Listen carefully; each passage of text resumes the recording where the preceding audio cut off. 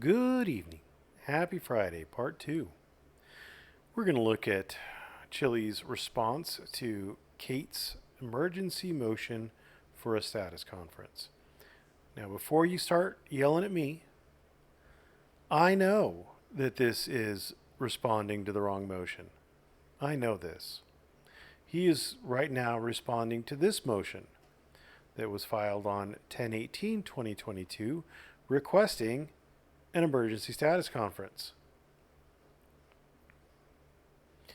He is not addressing this motion, which was filed yesterday, defendant Kate's emergency motion to dismiss, or in the alternative, for equitable relief. Now, I don't think that's fatal, as long as he actually addresses the important issues. And again, what are the important issues? The important issue is that Chillie is admitting to and engaging in abuse of the process. He's just trying to grind Kate down. He's just trying to run her out of attorney fees. He's not trying, well, of course, he probably wants to win, but his stated goal is that he's going to just run her out of money. So let's see if Chillie manages to address that in his response to her emergency motion for a status conference. He leads off with, I would stipulate to any and all mutual restraint orders.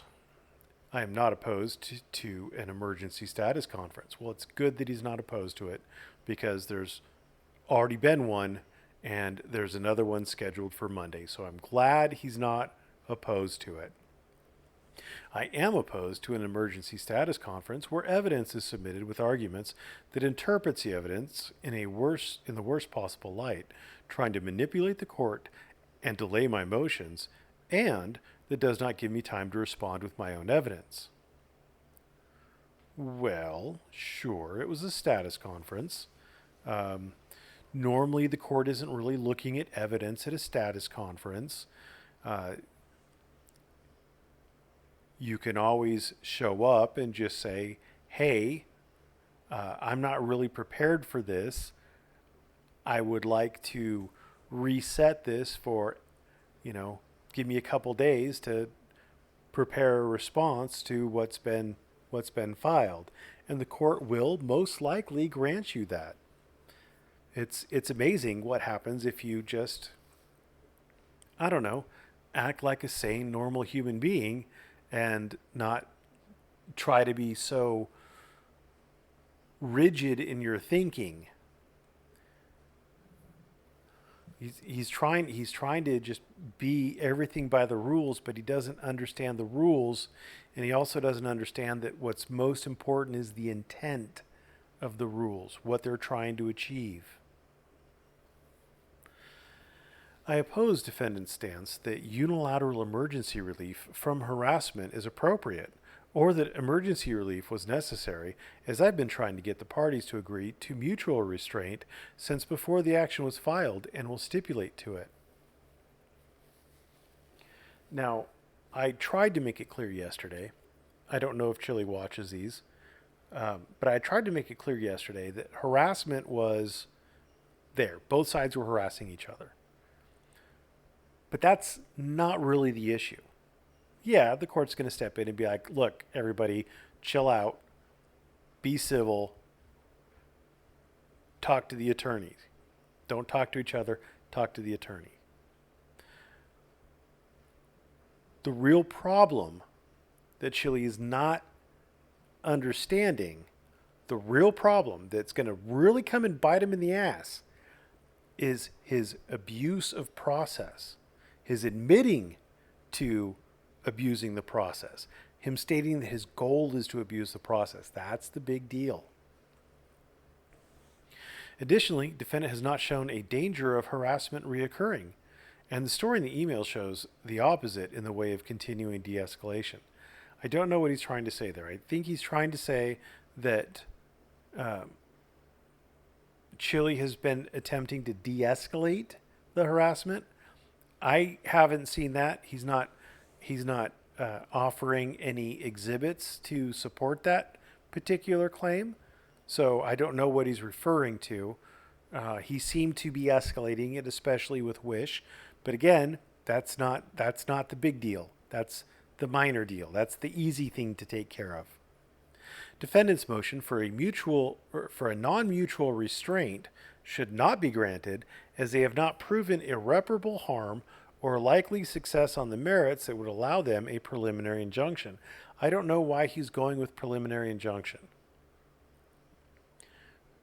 The attorney, Wish, has not used the language preliminary injunction. I have not used the language preliminary injunction. There is no request pending for a preliminary injunction. So what a preliminary injunction is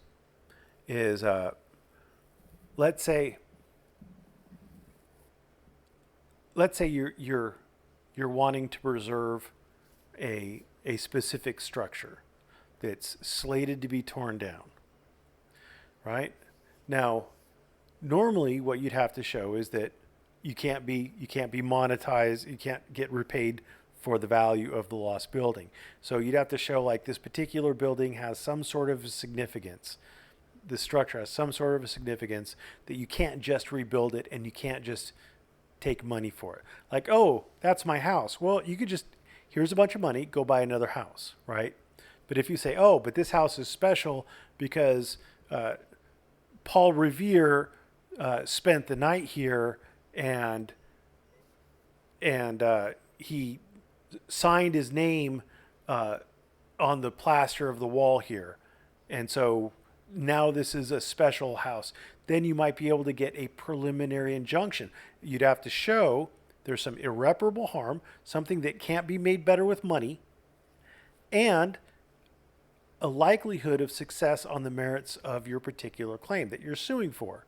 You're saying, look, I want to stop this house. I want to prevent the house from being destroyed while the lawsuit's going on. So I want to enjoin the defendant from destroying the house until we can get to the merits of the case and get this case resolved. That's where a preliminary injunction would kick in. It's an injunction granted before the actual trial, usually to preserve the thing while the court's trying to figure out what's going to happen to the thing. So then he continues, especially not irreparable harm to their defense in this action. See, that's weird. That's just weird. That is not a sentence. Especially not irreparable harm to their defense in this action is not a sentence. So I don't know why it's in there or what he's trying to say with it. The defendant's emergency motion also lacks an affidavit indicating the need for emergency relief. Both of the motions were supported by affidavits. So I don't know what he's talking about. We went over them, or at least I pointed out that they existed. I don't know. I literally don't know what he's talking about. An injunction against harassment from the plaintiff is out of the scope in this matter, as it does not preserve the trial court's ability to provide relief under this action, as the defendants have not countersued for harassment, and there are other remedies at their disposal if they really thought they had a claim. That's another whopper of a sentence, and I'm not entirely sure how to parse it out. The permanent injunction, I agree. I agree with Chillie that the permanent injunction that Wish is requesting is probably not appropriate for the court to rule on. I put the odds of getting that one somewhere close to 0%. It's possible, but it's highly improbable. So I agree with Chillie if that is his point, that the permanent injunction against harassment, I agree with that. And especially for a permanent injunction, I would expect there to have to be some evidentiary hearing I wouldn't expect that to be able to come on a motion, first of all. And I agree. I think something like that, there should be the defendant should have to do some sort of a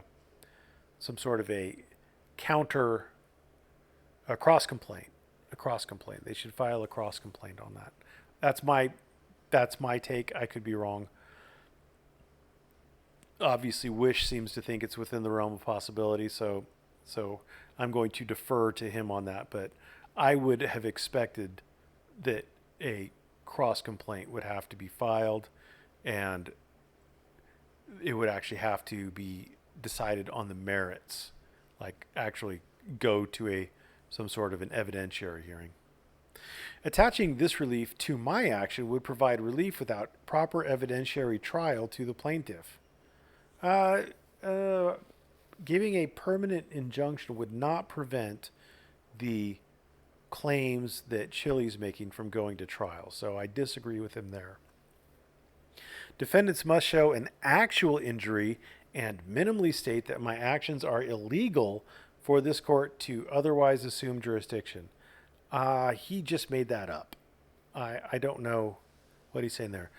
Yes, there has to be some sort of an actual injury, but uh, they don't have to state his actions are illegal. This is a civil court, a civil case, not a criminal case. Adversarial emails demanding legal relief and discussing offers may be annoying, but they are hardly criminal. That's true. This motion's relief does not fall under Rule 16A or 16C.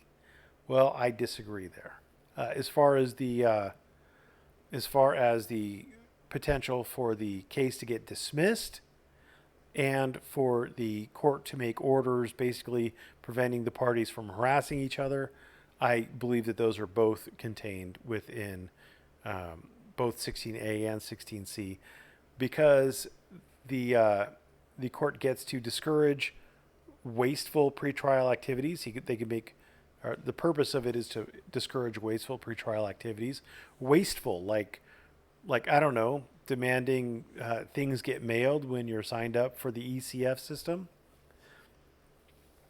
and expediting disposition of the action. You know, if it turns out it's just for abusive process, that's something that is proper for the court to think about at a pretrial conference. And then 16C, attendance and matters for consideration. Matters for consideration is, there was some stuff in there. Identifying witnesses. What? Disposing of pending motions. That is a suitable purpose for a pretrial conference. There was also some other things in there.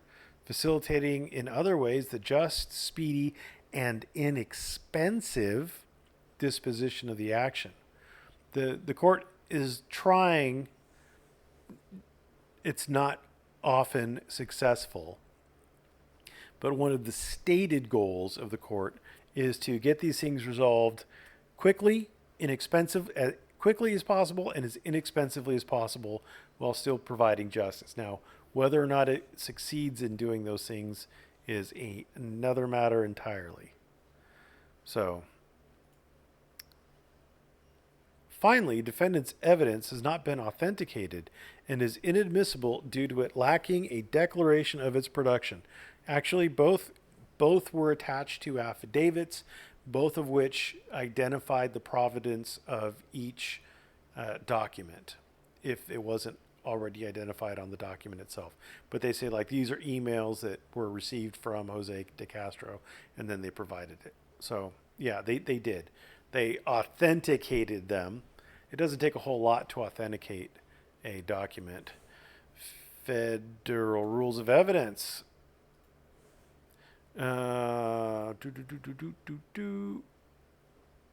Authentication. Authenticating or identifying evidence. Testimony that an item is what it's claimed to be authenticates it. But again, these aren't being admitted. Evidence is admitted. You go to trial, right? And you have your evidence binder, and you can talk about what's in there. You're like, hey, let me show you Exhibit 5. in the plaintiff's exhibit binder. Do you recognize that document? Can you identify where that document came from? Have you ever seen this document before? And then at the end, like after you've authenticated the document, you say, plaintiff would like to admit this particular exhibit into evidence. And then the judge would be like, okay, defense counsel, do you have any objections to this being admitted into evidence? And then the defense counsel would make his objections. And then the court would rule on it. And the evidence would be admitted at that point or not.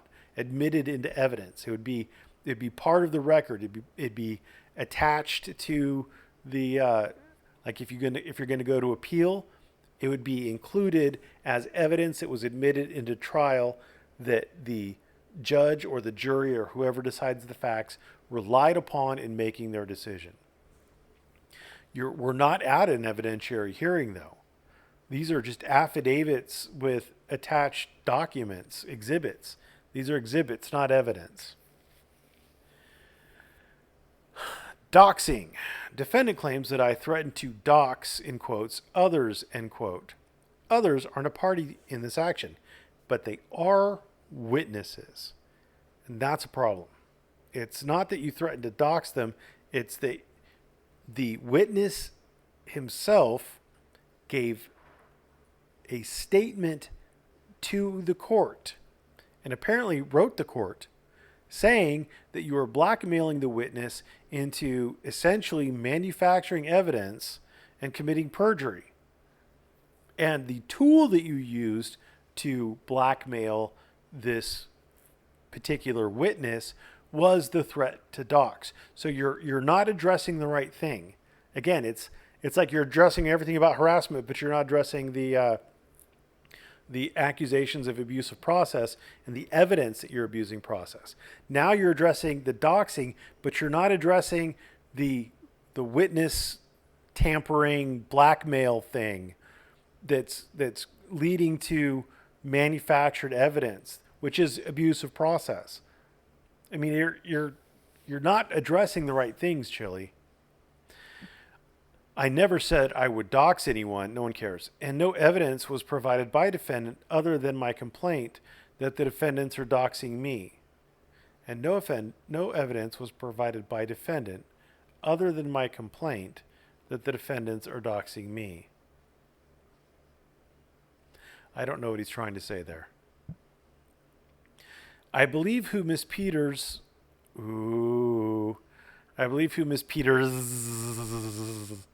is an associate of hers who goes by the name or goes by the pseudonym of Johnny Groman. I believe who Miss Peters is an associate of hers who goes by the pseudonym of Johnny Groman. Wow, like, did you proofread this? These aren't sentences, Chillie. English. Do you speak it? Motherfucker. Groman approached me by text and phone calls saying that he was switching sides and had all of this great intelligence for me. So now it's a he. It was a hers. Wait. I believe who Miss Peters is referencing is an associate of hers who goes by the name of Johnny Groman. Okay. Groman approached me by text and phone call saying that he was switching sides and had all of this great intelligence for me. Well, somebody needs to give you intelligence, Chillie, because you have none of your own. I get these types of claims several times a week, and my standard policy is to ask them to provide a notarized affidavit of their claims. So I guess you didn't get that notarized affidavit, because if you got something notarized, a notary public would have signed that they had identified the person who was signing the affidavit.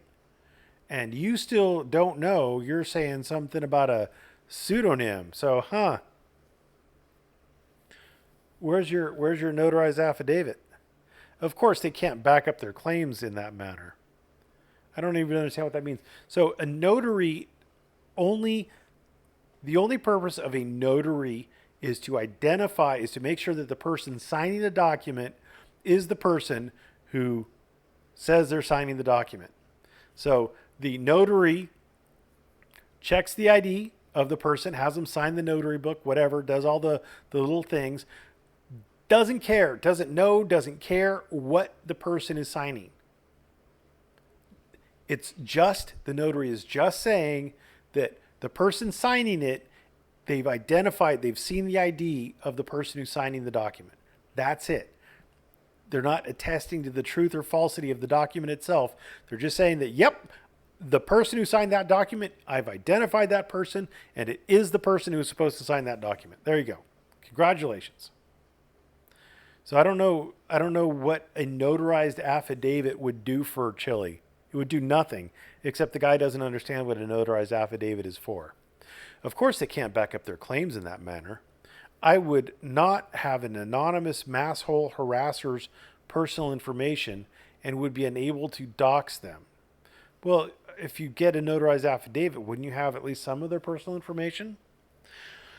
Although I do understand that Groman made a public YouTube video with Peter where he says that he catfished me and that I asked him to provide a fake affidavit. They were his lies. I don't even understand what dude's talking about at this point. If I don't understand, how's the judge going to understand?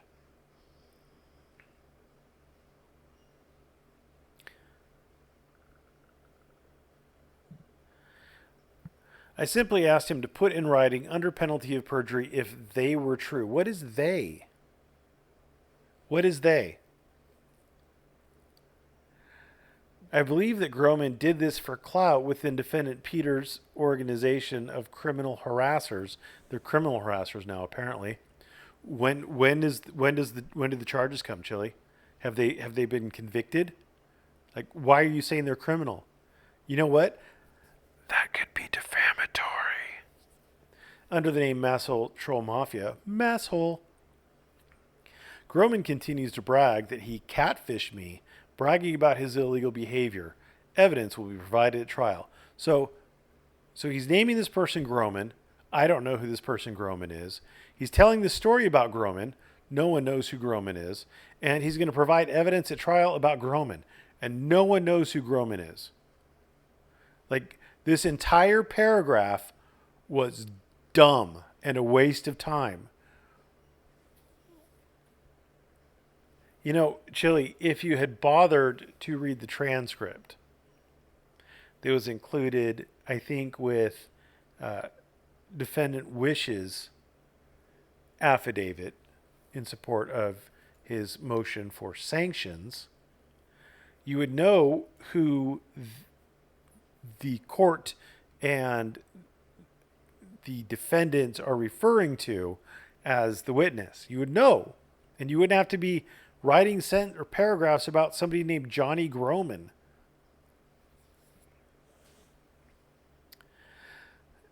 Defendant's introduction of evidence.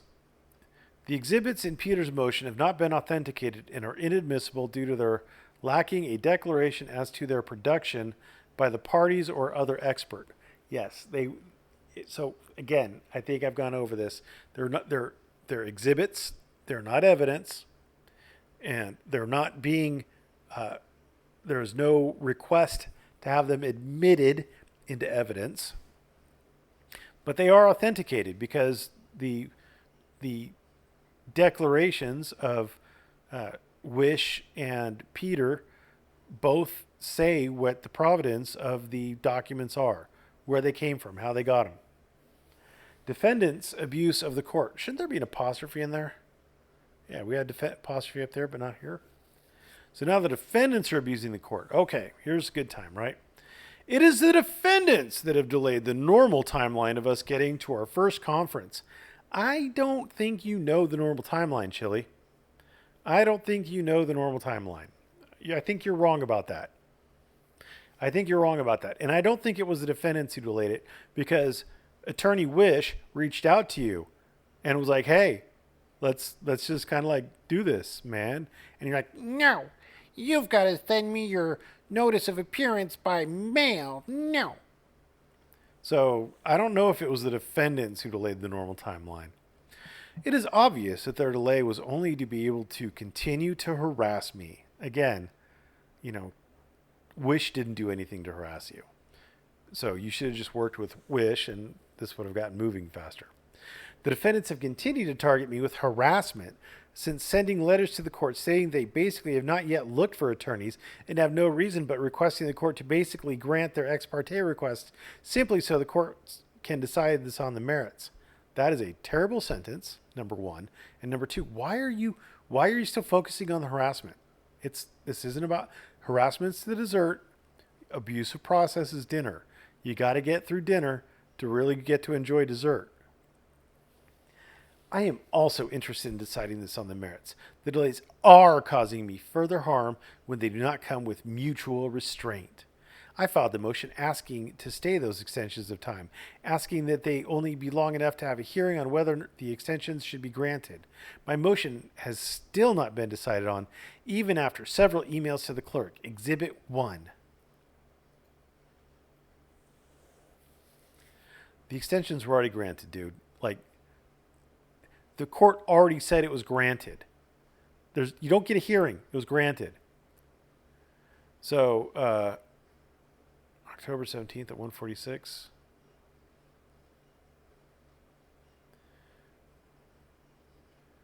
So the clerk apparently is responding, "Good afternoon, Mr. DeCastro. The court cannot speak for the judge. Thank you, Clerk McLaughlin." And then our boy Chillie at I am Alaskan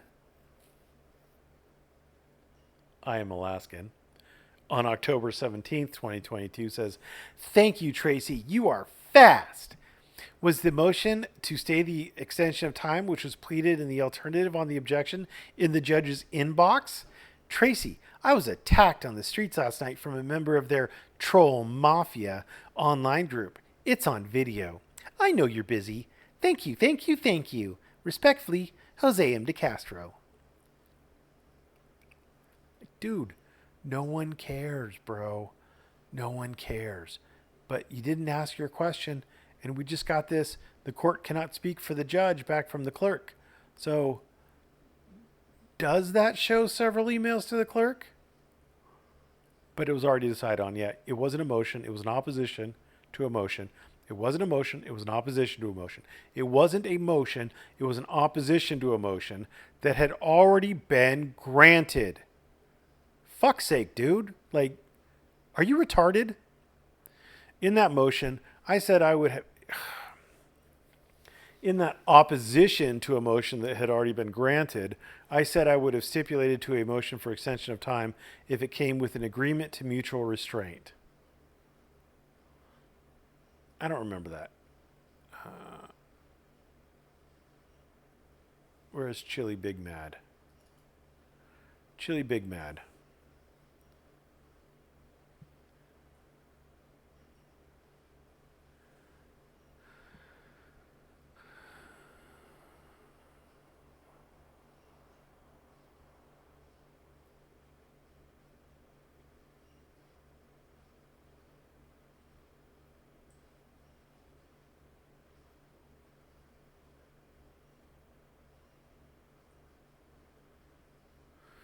I would have also stipulated to an extension of time if the defendants had shown interest in settling this out of court and open to an agreement of restraint until after the trial.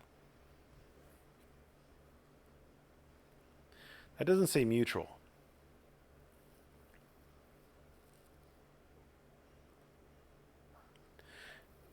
So maybe that's what he intended with this. I don't know.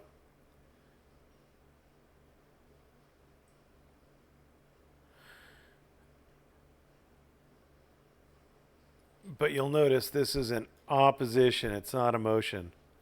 Jesus, Chillie.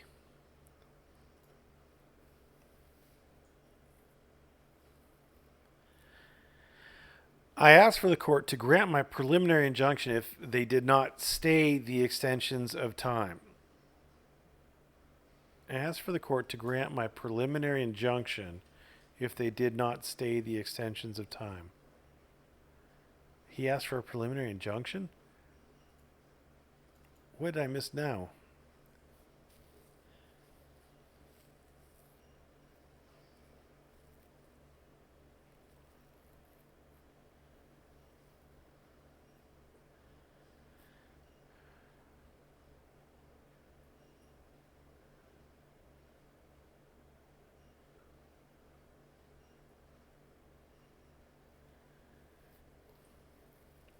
I pray that it will grant my following motion for preliminary injunction, so my damages can be limited until trial. So he said he's going to file a motion for preliminary injunction. I didn't see a motion for preliminary injunction. Pacer's going to get more of my money.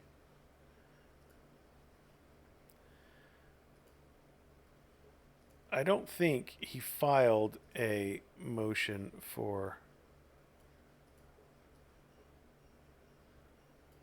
preliminary injunction.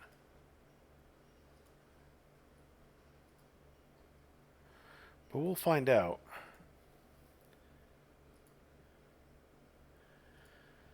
We'll find out. Take my money. All right. So there was the opposition. There was another opposition. There was the emergency motion. Plaintiff's request for production of documents. Electronic notice of hearing, transcript of hearing, notice of appearance, emergency motion by Josh, emergency motion to dismiss by Kate Peter, motion for sanctions. There was no preliminary injunction included in that I saw. Response to motion 16, even the court noticed it. They're like, oh, you're responding to the motion, the emergency motion for a hearing for a status conference? Huh. So yeah, I don't know what he's talking about there. The preliminary injunction was going to be for mutual restraint. Well, okay, but you didn't file it. So now you're just saying stuff. Unlike the defendants, I was waiting for the normal process of this court to decide on that motion before filing that preliminary injunction. The court had already... Wait, I don't even know what he's talking about now. So I think he was waiting for the normal process of the court to decide his opposition, which obviously it had because it had granted the motion. So I don't know what the hell he's doing there. It is only the defendants that have delayed the court process. So he's waiting, but it's only the defendants. I was waiting. It was only the defendants that have delayed the court process. I was waiting. It was only the defendants that have delayed the court process. And also, in an opposite fashion, filed 2 ex parte motions and an emergency motion. I reached out to confer for my motion that I'm filing today. Apparently he's filing a motion today? Okay, well, did I miss that? I didn't. He did not file a motion today. So, okay. Defendants have never conferred for their motions or mine. They have never responded to any of my requests for mediation or mutual restraint. I'm glad the defendants have recognized the need for mutual restraint because the attacks on me have continued, and when I complain about it by email to parties, they complain about my complaints about their continuing harassment. Well, so normally what adults do, Chillie, is if you don't like someone talking to you, you just block their email or something. Don't open their email. Whatever, Have your cousin? I think, don't you have your cousin open up all your emails, Chillie? Wasn't that what you do? So why don't you just have your cousin weed out Kate's emails? All right, so these are offers to defendant Peter. Oh boy. I emailed Peter several times in a very polite manner, suggesting we mediate. This is Exhibit 2. I'm as excited as you are to see it. Kate, this is my notice of sanctions per federal rules of procedure. This is my notice of sanctions, right? This is what he's calling a very polite manner suggesting that we mediate. I'm requesting a call between you and I on Monday before 5 p.m. Eastern Standard Time. So he sent this on Friday. He wants it by Monday. Thus, I need your phone number to confer about the motion I'm filing, or I'll simply assume you don't oppose it. I don't think that's very, what does he call it? Very polite. And it's not suggesting that we mediate. This was a meet and confer, not a mediation. He doesn't understand the difference between conferring and mediation. Mediation is when a neutral third party, usually a lawyer or a retired judge, will step in at the request of the parties. Each party has to agree, and will basically try to work out between the parties in a neutral fashion a settlement that is agreeable to both parties. Both parties have to agree to it. That's mediation. What Chillie was requesting here was to confer about a motion before he filed it, a motion for sanctions. He doesn't understand the words he uses. It was my obligation to retract and update those offers as she continued to harass me. We're skipping Exhibit 3. We're going to Exhibit 4. Oh, wait a minute. There was more to Exhibit 2. Let's check it out. So this was Friday, October 14th. On Saturday, October 15th, Benjamin Wish says, I'm happy to confer with you about this motion. See, Benjamin Wish understands it's conferring, not mediation. But unfortunately, I'm not available on Monday. What is your availability to meet and confer on this coming Wednesday? Going forward, would you please direct all requests about motion practice discovery or other litigation matters to me? Thank you. Have a good weekend. Benjamin J. Wish.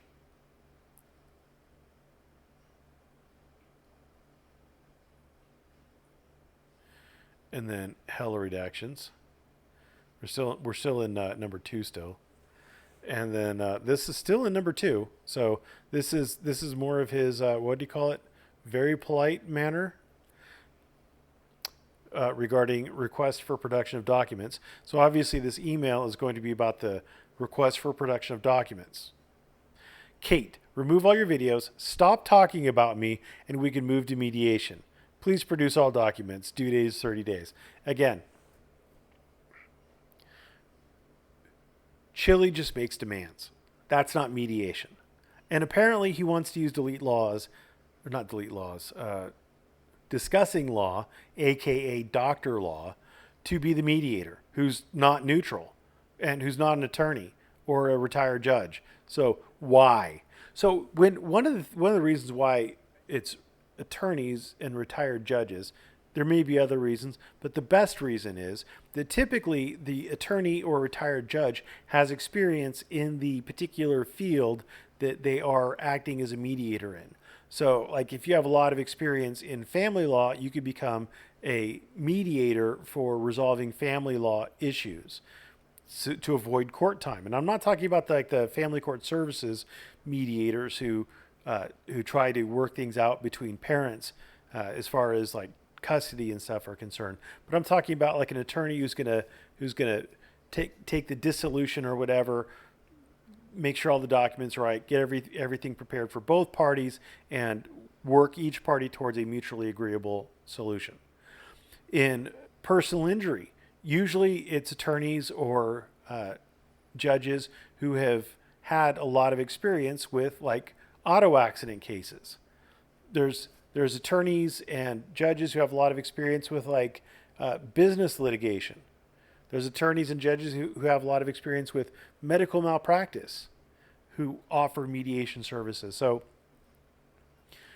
you use these guys because they know, and they could say to each side or each attorney, because usually it's attorneys who recommend mediation and talk their clients into it, and then you go there, and then the mediator can be like, okay, Mr. Attorney, here's the holes in your case. So I think what you're asking for is a little high. What do you say that we drop it down to this, and I'll go take that offer over to them? And then, whatever happens, maybe you do drop it down, maybe you stay firm, whatever. But then, okay, you come up with an an offer.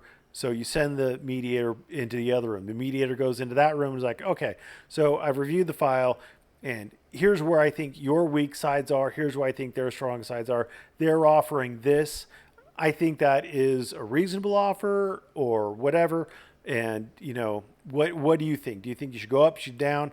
Oh, well, as the mediator says, well, I can't recommend anything to you, but in my experience, they probably wouldn't be able to get that much at court or whatever. Okay, so we're going to offer this much, right? So the mediator offers not just walking back and forth and trying to negotiate the deal, but he has experience. He or she has experience and has a feel for what that particular flow is. He knows what's going on. He's got a good idea of what a case should settle for. Usually attorneys who are practicing in a given field like personal injury, you get a good idea of what a case should settle for. You get a good idea. And sometimes attorneys have two completely different ideas, but usually attorneys are kind of like in the same ballpark as far as what a case is worth. And that's how you get the mediator will get in there and he'll move each party kind of towards each other, towards the midpoint of about what the case is worth.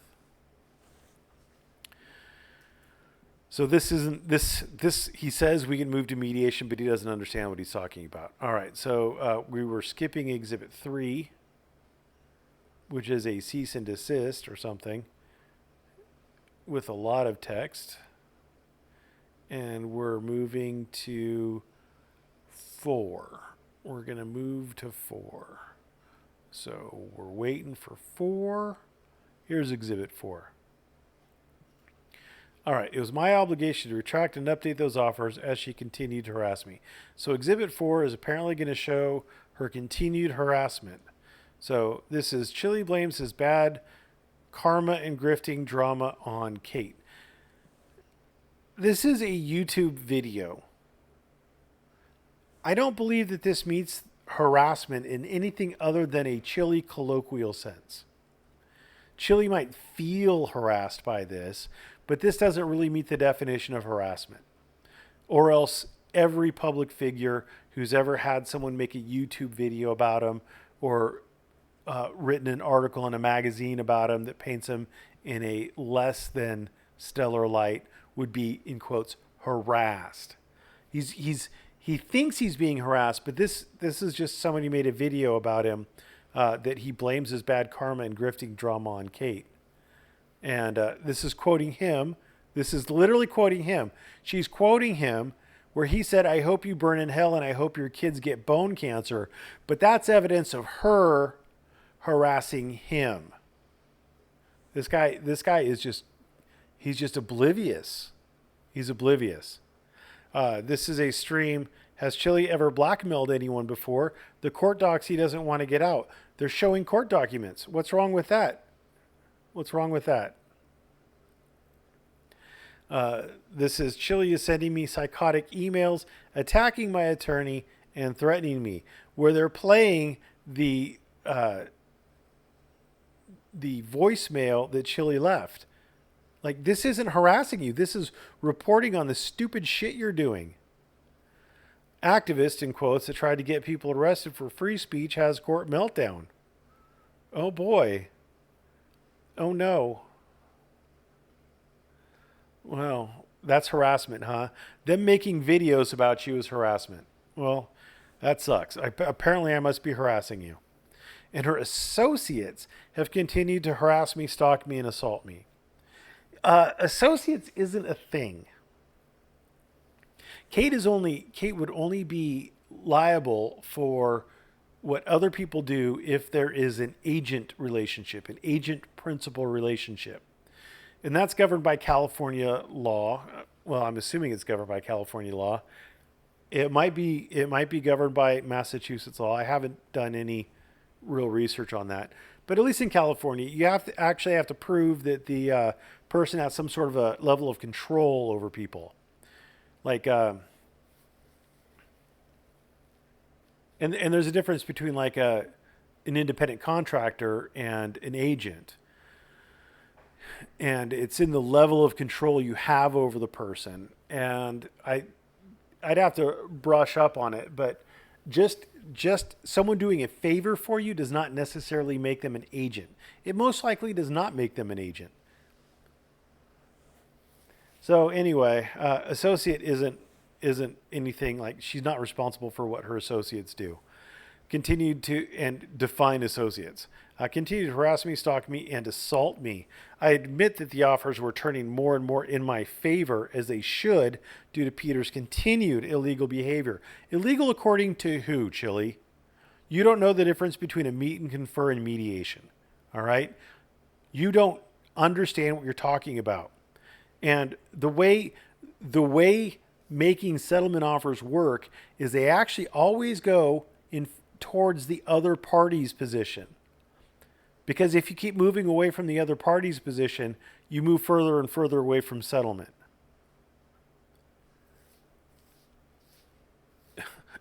Jesus.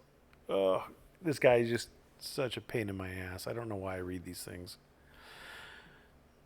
Even though a pro se party does not have the same ethical requirement not to talk to the opposing party directly, after I finally received a notice of appearance on October 18th, 2022 from Benjamin J. Wish, I stopped contact with Peter. You're on the e-file system. You've confirmed that you were using your I Am Alaskan account. It is associated with you. You were served just by him filing on that. So that's just, I know you keep asserting it, but it's stupid and you should stop.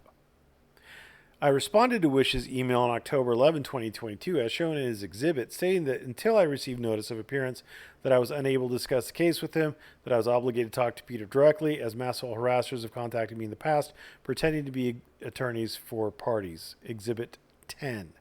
So we did 1, 2, and now we're on 10. Okay.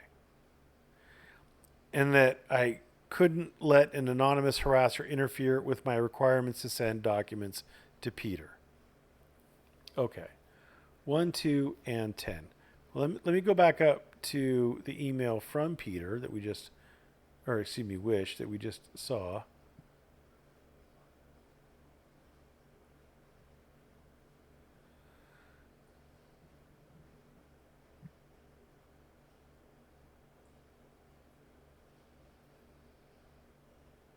So he's thinking that this guy, whose email address is bwish@toddwell.com, who matches the information, which I didn't pull up here, but who matches the information. If I did pull up all parties and attorneys, it would have been up here. The email address would have been up here. Everything would have been up here. All that stuff matches, but he couldn't figure it out because of whatever happened at Exhibit 10. Well, let's figure out Exhibit 10.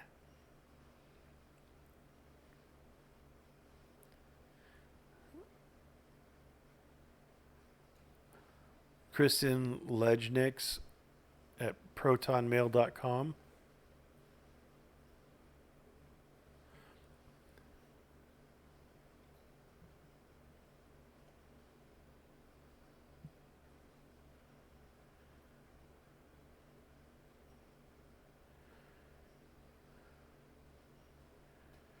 Well, I don't know why she'd have a Proton Mail account.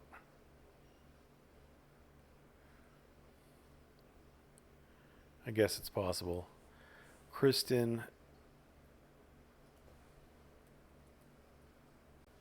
Lejniks, an author.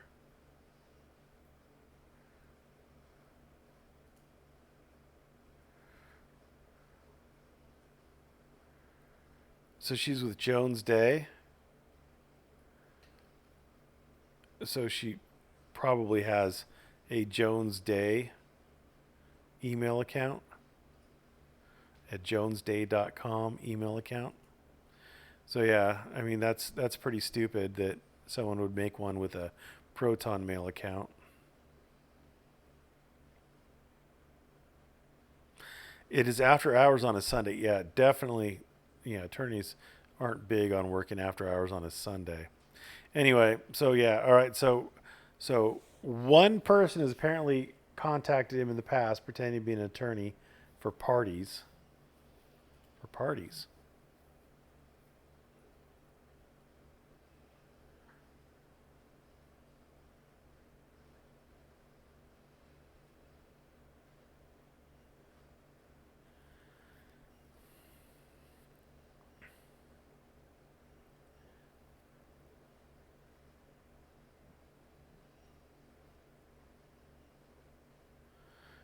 I don't even know. I don't even know who her alleged client is. She doesn't even say who her client is.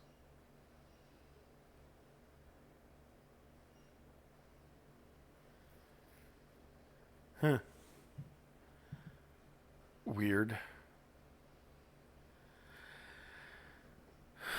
And I couldn't let an anonymous harasser interfere with my requirements to send documents to Peter. Yeah, but you could easily verify it was him because it was the right email address. You could see it in Pacer. You got notified from Pacer. I mean, dude, I don't know what to tell you. I also notify Wish that I cannot accept service by email for the same reason. Well, it's fine. You get every time you upload something, you get it through Pacer. I asked him to send me his notice by mail, and preferably a conformed copy. Instead of couriering it to me, he decided to wait and said, "Yeah, because you'd already been noticed through Pacer." It was very apparent that he did not think it was important at all that I have contact with him instead of Peter, except he sent you an email saying to have contact with me instead of Peter. Your silly demands are just silly demands, and he doesn't have to dance and courier things to you because you're being silly. I mean, you're making unreasonable demands. You received it through Pacer. That's good enough.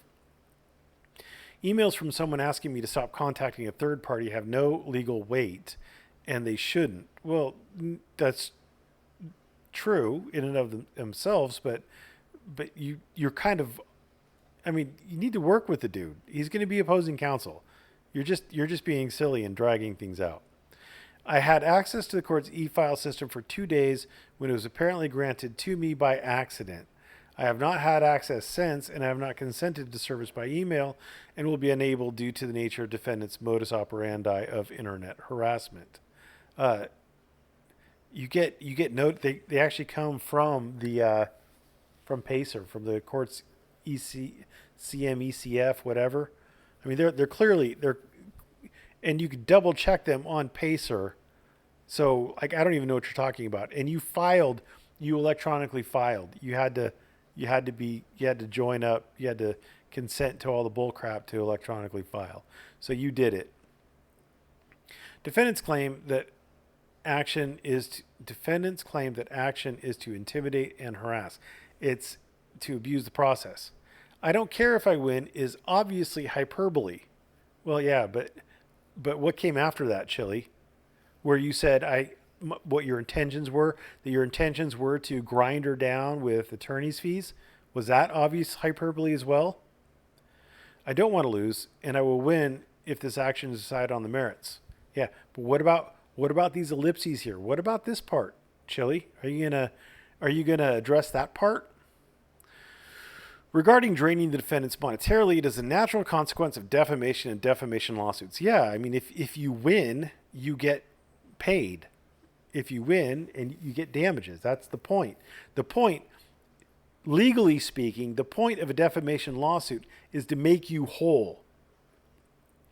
It's to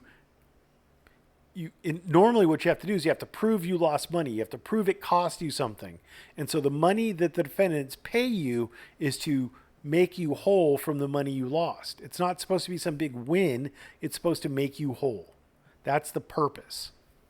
The Iowa Libel Research Project, this is highfalutin here. It's the Iowa Libel Research Project. Whew, fancy schmancy. Says in part, quote, ... The principal object of the lawsuit for most plaintiffs is not to obtain monetary relief for financial harm. Instead, the major motivating factors are restoring reputation, correcting what plaintiffs view as falsity, and vengeance. See Benzon, Libel Law and the Realities of Libel Litigation, Setting the Record Straight, 71 Iowa Law Review article, 226-228. Slow clap, everybody, for Chillie DeCastro with his law review article. Boy, you're scraping bottom of the barrel when you're citing law review articles. It is, and especially when you're not addressing the ... part.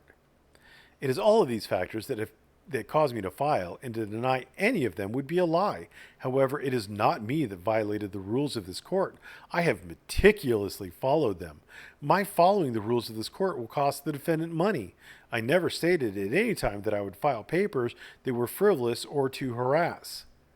You said the purpose of the litigation was to grind her down and to cost her money and to bankrupt her on attorney's fees. However, the defendants have abused the process of this court, and the motion for sanctions that I have filed yesterday makes that clear. As I said previously, it is the defendants that are trying to manipulate the court and win on something other than the merits, have not even presented a defense, and cannot win simply by showing that they continue to harass me. As I have said previously, it is the defendants that are trying to manipulate the court and win on something other than the merits.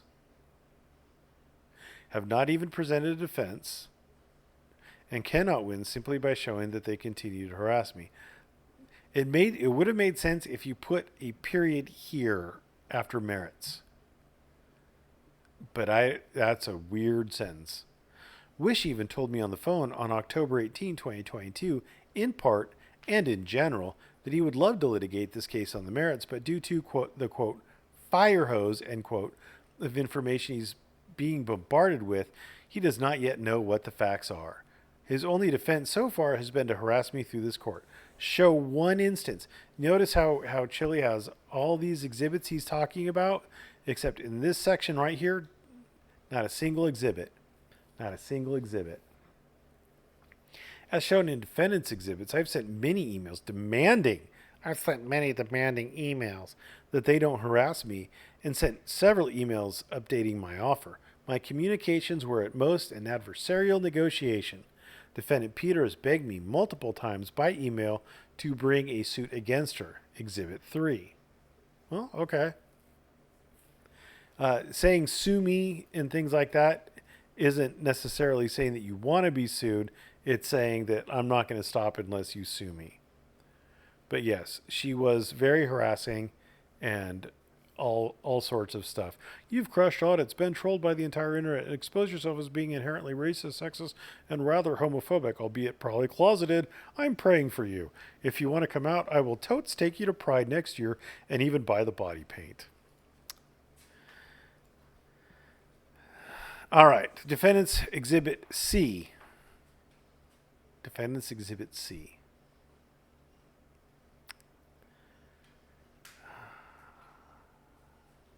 Okay, they're referring to the defendant's exhibit. Okay, not his. The message in defendant's exhibit C is a complete fabrication by defendants. It is clearly fabricated on its face. I simply ask the court to look at the photo of defendant Josh Abrams next to the message on the message's last page as the author. I will be moving for sanctions. Josh said that he sent that email or that Facebook message at the direction of and on behalf of Chillie. You got to read, Chillie. You got to read. You actually have to read the allegations that they're making if you want to respond to them. You dummy. He never said he didn't send him. He said he sent him at your direction. You dummy. Unclean hands, harassment by defendants. Again, we're focused entirely on the harassment and not the abusive process that you, Chillie DeCastro, did. You just threw this out with some ellipses out at the end of it and walked away from it. I don't think this is very convincing. Defendants have both made YouTube videos. Woo! YouTube videos! Oh no, my God! Directed at me that are harassing in nature after being served and after filing their extensions of time to file a response to my complaint. Who effing cares? That was Exhibit 4. We've already done Exhibit 4. But I guess it's dual purpose. Peter has harassed me by email. Oh, those are the videos they made. Peter has harassed me by email multiple times and has indicated in my emails and defendants' exhibits has refused to honor cease and desist requests about harassment in email. Exhibit 5. Big deal. So 1, 2, 3, 4, 5, and 10, I think. Peter runs a Discord server. A Discord server is a messaging server that allows groups of individuals to communicate with text, images, and emojis en masse, to create breakout rooms, to voice chat, and to share stream videos. On Peter's Discord server, there are currently 214 members, retrieved by me on October 19th, 2022. The Discord server has separate chat rooms called channels for each of Masshole's victims. For their victims. Victims. Victims. For the people that they're reporting on, okay. I mean, there is freedom of the press still in the United States, Chillie. People can do exposés and reports on other people, especially public figures, Chillie. You're going to find this out the hard way if this does get to the merits. On this server, the members, including Abrams, under he capitalizes stuff randomly, like the A in Iowa L review, and now we're including Abrams, under Peter's facilitation, direction, and leadership, stalk me online, and then send people to confront me. You actually have to prove an agency relationship, not just facilitation, direction, and leadership. And I noticed that there are no exhibits attached to this one. Isn't this odd? This is an assertion made without an exhibit attached to it. Isn't it crazy that some of these really fundamental things that he really needs in order to prove that Kate is responsible for the actions of these people, he doesn't have exhibits for? Crazy. Mind blown. It's almost like he's making it up, stating the allegation, and has nothing to back it up. It's almost like that. I have suffered email and telephone harassment by Masshole. I have suffered vandalism and theft of my vehicle by Masshole. So who exactly stole your vehicle, Chillie? Are you positive it wasn't repossessed? Are you positive it wasn't repossessed, Chillie? Are you positive about that? Masshole has harassed Airbnb hosts for places that I had rented. Has harassed my investors by telephone and email. Has harassed my family members by telephone and email, has harassed my associates and their employers. These are all allegations, and again, 0 exhibits attached to support any of these allegations. Now, testimony is fine. Testimony can be proof, but the questions are going to come up is, Chillie, how do you know that the theft of your vehicle was related to this Masshole server? How do you know that? What facts can you articulate that you have firsthand knowledge of that leads you to the conclusion that Masshole stole your vehicle? You're going to have this. Just making the allegation, the conclusory statement that Masshole stole your vehicle doesn't answer any questions for any people. How do you know it? What facts can you point at that leads you to this decision? You know, cops have to show reasonable, articulable suspicion. They can have the reasonable suspicion, but it has to be supported by articulable facts that will lead a reasonable person to conclude that crime is afoot, right? That's reasonable suspicion. The same thing with making allegations. You have to be able to articulate facts, not conclusions, facts. If your testimony is going to be something that's going to support this, you have to be able to state facts that support your conclusions. On October 17, 2022, an associate of Peter, again, facts needed, named Daniel Clement, while being fed location information by members of Masshole, again, not by Kate, and again, no exhibit, who were tracking me by putting together pieces of information from my live video feed with geographic information on Google, Exhibit 7. Well, let's see how they do this. But notice this has an exhibit, right? On how they geo-track him. Exhibit 7.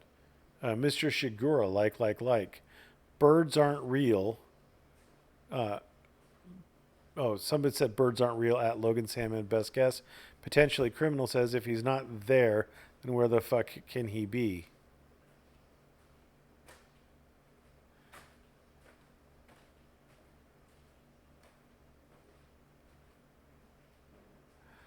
So we don't see Kate Peters in here. We don't see anybody naming Chillie DeCastro in here.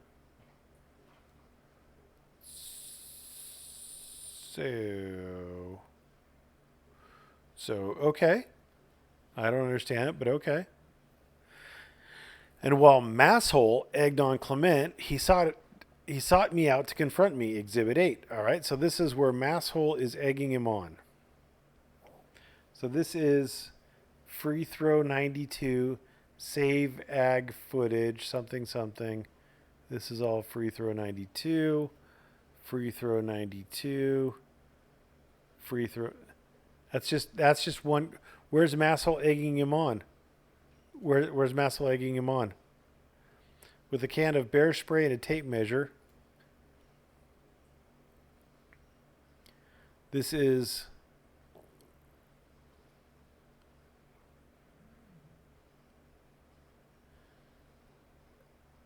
something horrible, something horror? That's hard to read.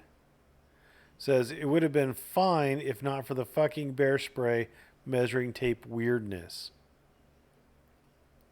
Well, this looks like whoever this is saying that he shouldn't have had bear spray and measuring tape. So is that egging him on, or is that saying that he shouldn't have done that? It's kind of weird. In order to measure me like a wild animal. I think it's in order to measure you like a tiny, tiny man. Clement then went and falsely filed a restraining order against me in order to try to get my gun taken away from me, which he had earlier stated was his goal on the Discord server. How do you know it was falsely? Have you gotten that temporary restraining order checked out? I mean, did he get one? Like, how do you know? Like, this court can take judicial notice of what other courts have done. So why didn't you attach anything? This would have been the perfect thing for an exhibit to attach to it. Why didn't you do that? Peter banned Clement from Discord for violating the terms of service in Discord, but otherwise sanctioned his actions. So she banned him, but sanctioned his actions. Oh my God. That is the dumbest. That is just fractally stupid. Dr. Horrible Troll Whore is Peter's pseudonym on her Discord server. Oh, that says Dr. Horrible Troll Whore. Oh my God. Oh.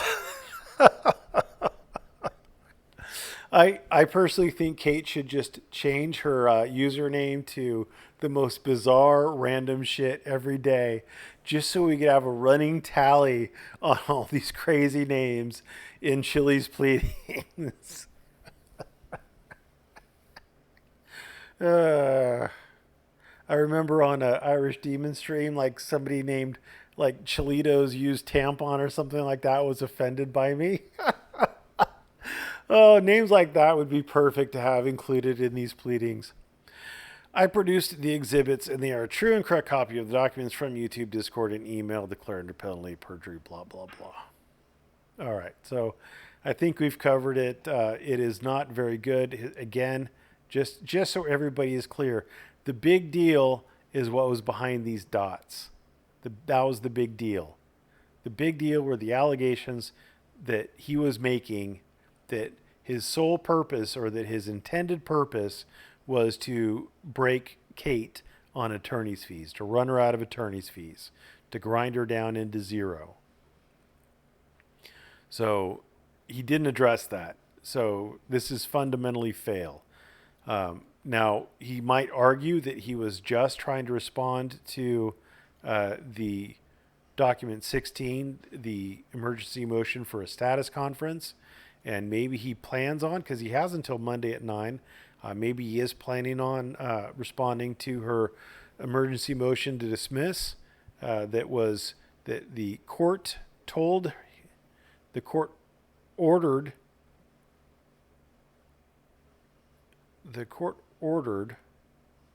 him to produce. The court ordered defendant Wish to file further briefs. I know Chillie thinks this is some separate thing, like a second ex parte or whatever, but the court ordered him to do it. And so this subsequent motion is his subsequent brief for equitable relief. So, yeah. So maybe Chillie has, like I said, Chillie has till Monday at like 9 o'clock. Maybe he could crack the whip and have Dr. Law shit out another subpar opposition, and maybe Chillie can survive. I mean, it's bad when the defendant hasn't even responded yet or filed a 12b6, and you're already fighting for the survival of your lawsuit. That's that's evidence of not being very good at litigating. Anyway, thanks for watching. Have a great day.